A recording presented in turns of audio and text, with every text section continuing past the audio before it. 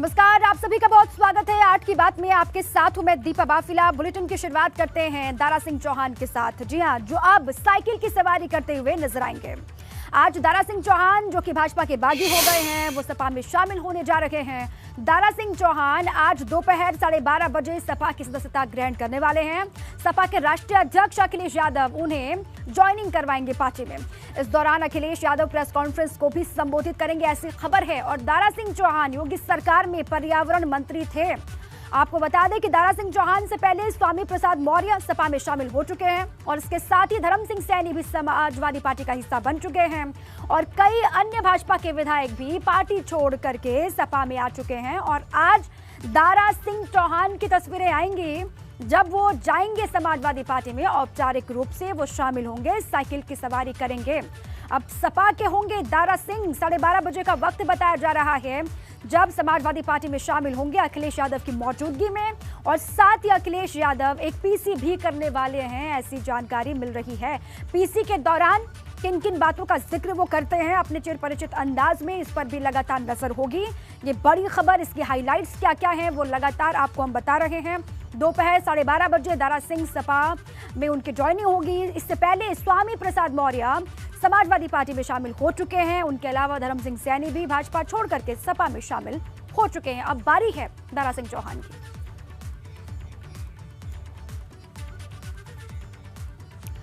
अब आज की तस्वीरें भी बहुत अहम होने वाली हैं। कुछ डिटेल्स में आपको बताते हैं। दारा सिंह चौहान सपा में शामिल होंगे, इंतजार हो रहा है। समाजवादी पार्टी के नेता कार्यकर्ता इंतजार कर रहे हैं कि दारा सिंह चौहान जल्द से जल्द आए समाजवादी पार्टी में। 3 मंत्रियों ने भाजपा से इस्तीफा दिया था। स्वामी प्रसाद मौर्य सपा में पहले ही शामिल हो चुके हैं। धर्म सिंह सैनी सपा में शामिल हो चुके हैं। 6 बागी विधायक भी समाजवादी पार्टी में शामिल हो चुके हैं। और अब बारी दारा सिंह चौहान की है। 12:30 बजे वो समाजवादी पार्टी का दामन थामेंगे। इससे पहले धर्म सिंह सैनी, स्वामी प्रसाद मौर्य समाजवादी पार्टी का हिस्सा बने और किस तरीके से उन्होंने आक्रामकता के साथ बीजेपी पर हमला बोला वो भी आप सभी ने देखा।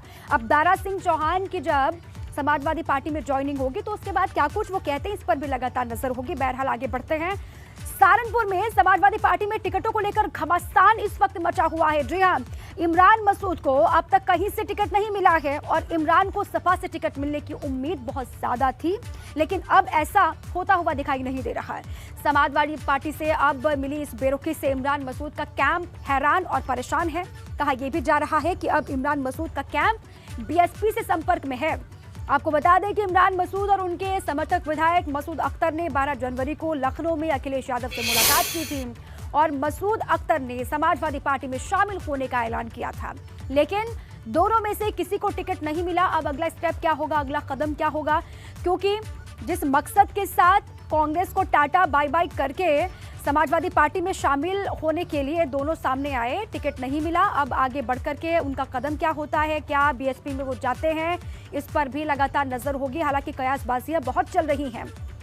अब इमरान के पास ऑप्शन क्या बचता है, इमरान मसूद क्या करते हैं, उनके पास क्या अब विकल्प है, इस पर लगातार नजर।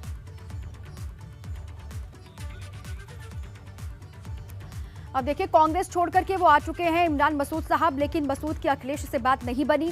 ये जानकारी आपको विस्तार से दे रहे हैं। 12 जनवरी को अखिलेश से मिले थे इमरान, आपको याद होगा, और विधायक मसूद अख्तर को साथ ले गए थे इमरान। मसूद अख्तर ने भी कांग्रेस से इस्तीफा दिया था, सपा में शामिल होने का ऐलान भी किया था। दोनों में से किसी को टिकट नहीं मिला है।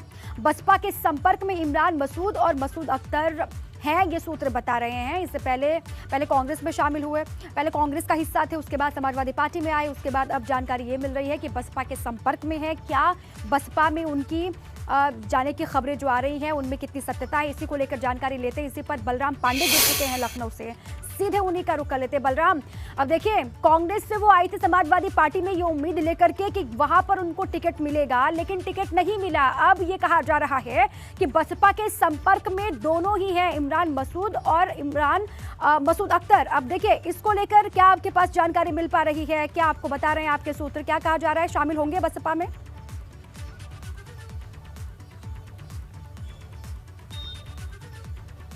देखिए, जिस तरीके से इमरान मसूद ने कांग्रेस को छोड़ करके सपा का दामन थामने की कोशिश की, वो कोशिश कहीं ना कहीं उनकी नाकाम रही, क्योंकि वो 3 दिनों तक लखनऊ में डेरा डाले रहे कि अखिलेश यादव से बात हो और उसके बाद स्थितियां स्पष्ट हो कि आखिरकार उन्हें टिकट मिलेगा, उनके सहयोगी को टिकट मिलेगा या फिर नहीं मिलेगा। 12 जनवरी को उन्होंने अखिलेश यादव से मुलाकात की और मुलाकात के बाद उन्हें आश्वासन मिला था कि आगे हम बात करेंगे, लेकिन वो लगातार डटे रहे कि उन्हें बेहट से टिकट दी जाए, समाजवादी पार्टी उन्हें बेहट से टिकट दे। लेकिन जब बेहट से समाजवादी पार्टी ने उमर अली को उतार दिया तो उसके बाद कहीं ना कहीं जो उनकी उम्मीद थी वो टूटी है और यही वजह है कि कल वो सहारनपुर वापस लौट गए और उन्होंने कहा कि जो विश्वास लेकर के वो लखनऊ आए थे अखिलेश यादव से मुलाकात करने के लिए, वो विश्वास कहीं ना कहीं टूटा है और अब उनके पास कोई रास्ता नहीं है। यही वजह है कि उन्होंने मीडिया से भी बात करने से मना कर दिया और उन्होंने कहा कि हम 2 दिन बाद अपनी स्थिति स्पष्ट करेंगे कि हमें क्या कहना है। लेकिन जिस तरीके से हमारे सूत्र बता रहे हैं कि अब उनके पास 2 विकल्प है, या तो वो खुद वापस कांग्रेस जाएं या फिर वो बहुजन समाज पार्टी का रुख करें।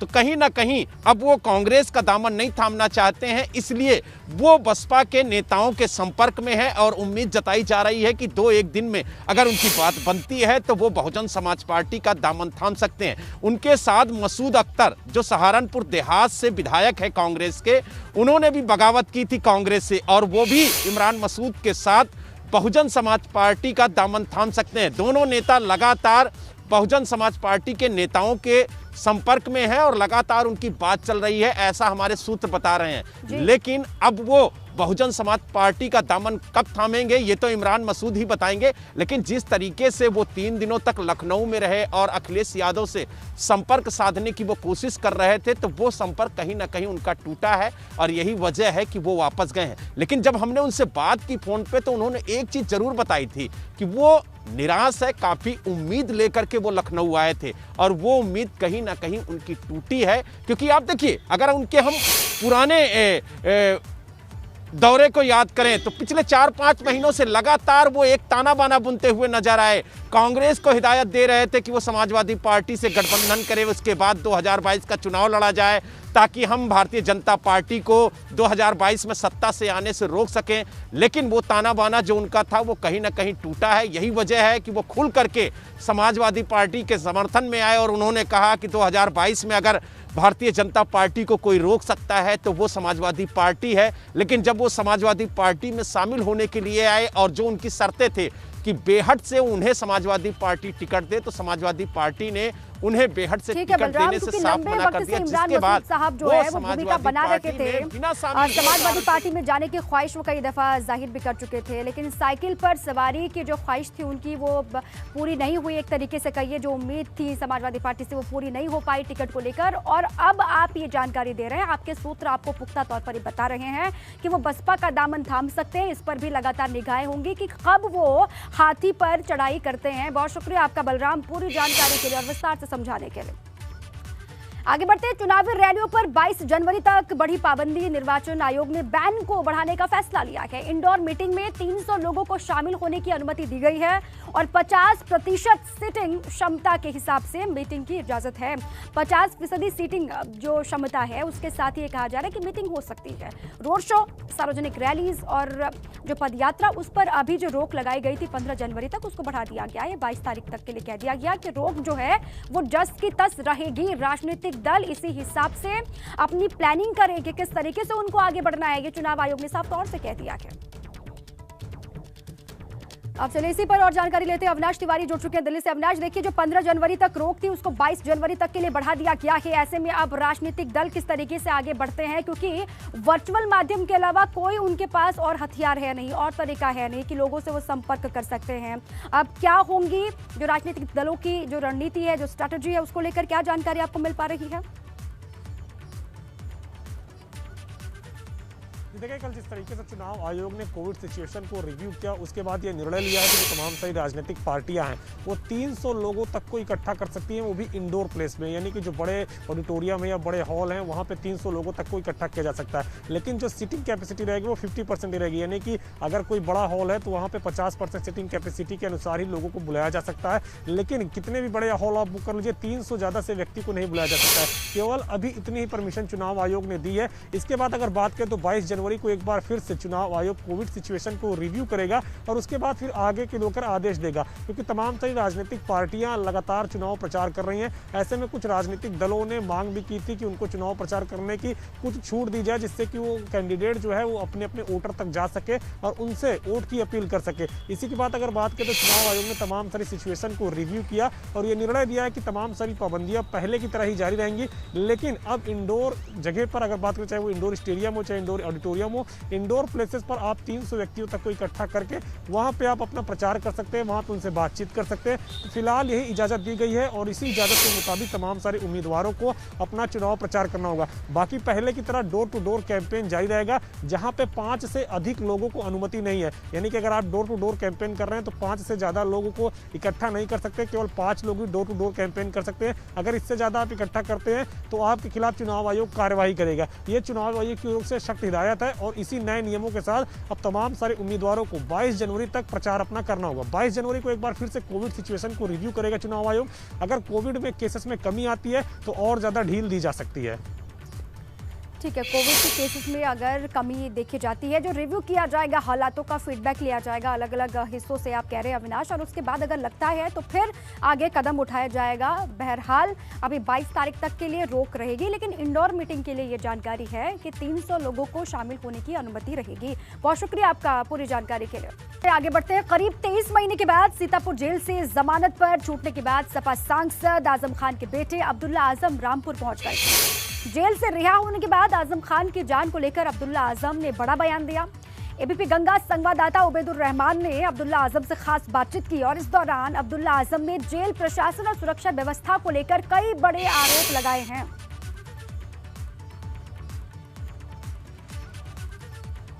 आप जेल में रहे, कैसा रहा पूरा और क्या कहना चाहेंगे? अब चुनावी माहौल भी है उत्तर प्रदेश में। मालिक ने चाहा बदलाव होगा। जिन लोगों के साथ जुल्म हुए हैं, जिनको रोज़गार का वादा कर कर धोखा दिया गया, जिन लोगों का आरक्षण छीना गया और वो जब मांगने गए तो पुलिस ने उन पर लाठियां बरसाईं। आपने कहा है कि आपके जो वालिद साहब हैं उनको जेल में जान का खतरा है। ये तो बहुत ही, तो पहले दिन से मैं कह रहा हूँ और बल्कि पूरा परिवार कह रहा है, और कौन नहीं जानता इस बात को। और कौन सी ऐसी प्रताड़ना है जो नहीं दी गई है और कौन सी ऐसी जुल्म है जो नहीं किया गया है जेल में। क्या आजम भाई चुनाव लड़ेंगे विधानसभा का? अब ये पार्टी का फैसला है, मैं इसमें कुछ नहीं कह सकता। आपका क्या इरादा है? इस बार विधानसभा चुनाव शुरू हो चुका है, दूसरा फैसला होगा, तैयारी है आपकी? जो पार्टी का फैसला होगा। ये बताइए, जो काफ़ी नेता जो है भाजपा छोड़ छोड़ के आ रहे हैं, मंत्री भी आ रहे हैं, क्या लगता है आपको परिवर्तन कितने बड़े लेवल पे होने जा रहा है? देखिए, किसी ने उनकी सुनी नहीं। उनके साथ जैसे स्वामी प्रसाद मौर्य जी हैं, बहुत बड़े कद के आदमी हैं, बहुत बड़े नेता हैं, ज़मीनी नेता हैं, पुराने नेता हैं, और वो ये कह रहे हैं कि कमज़ोरों की और गरीबों की आवाज़ को दबाया जा रहा है। 44 मुकदमे आप पर थे, सभी में कोर्ट से आपको जमानत। भैंस चोर, बकरी चोर, भू माफिया, फर्जी जन्म प्रमाण पत्र, फर्जी पैन कार्ड, फर्जी पासपोर्ट, और ये मेरे ख्याल से बस कुछ ही धाराएं शायद मेरे ख्याल से आईपीसी सीआरपीसी में रह गई हैं जिनके मुकदमे नहीं है हमारे ऊपर। बाकी जो सभी हैं, कोई कसर थोड़ी छोड़ी है। दिल के जितने अरमान थे निकाले हैं, और आज भी एक बेगुनाह इंसान मेरे वालिद जेल में पड़े तो हैं। अब्दुल्ला आजम ने एबीपी न्यूज़ नेटवर्क से खुलकर बातचीत की और उन्होंने कहा कि जो वक्त रहा है लगभग 23 महीनों का, वो बहुत सख्त रहा है। उनके साथ बहुत जुल्म और ज़्यादती हुई है और उनके जो मोहम्मद आजम खान साहब हैं उनको जान का खतरा जेल में अब्दुल्ला आजम ने जाहिर किया है। Ubaidur Rahman, ABP news network, Sitapur. अब प्रयागराज से बड़ी खबर मिल रही है। संगम नगरी में कोरोना के एक्टिव मरीजों की संख्या 2500 के पार हो गई है। जिले में मिले 414 नए कोरोना के पॉजिटिव केस और साथ ही जिले में एक्टिव मरीजों की संख्या 2646 हो गई है। जिले में कल 8183 लोगों की कोरोना जांच हुई थी और कई दिनों से जांच में तकरीबन 5% लोग संक्रमित आ रहे हैं। ये बड़ी खबर आपको बता रहे हैं। संगम नगरी में लगातार चिंता बढ़ रही है कोविड को लेकर। आपको बता दें कि एक्टिव मरीजों की संख्या 2500 के पार हो गई है संगम नगरी में और साथ ही जिले में 414 नए कोरोना के पॉजिटिव केस मिले हैं और जिले में एक्टिव मरीजों की संख्या 2646 हो गई है। और कल की तस्वीर अगर आप सिर्फ देखते हैं तो कल 8183 लोगों की जांच हुई थी और कई दिनों से जांच में तकरीबन 5% लोग संक्रमित हो रहे हैं। अब लगातार जो आंकड़ा है संगम नगरी में कोविड के मरीजों का वो बढ़ रहा है। और चलिए इसी के साथ ही 8 की बात में अभी के लिए बस इतना ही। खबरें लगातार जारी हैं। आप रहिए एबीपी गंगा के साथ। नमस्कार।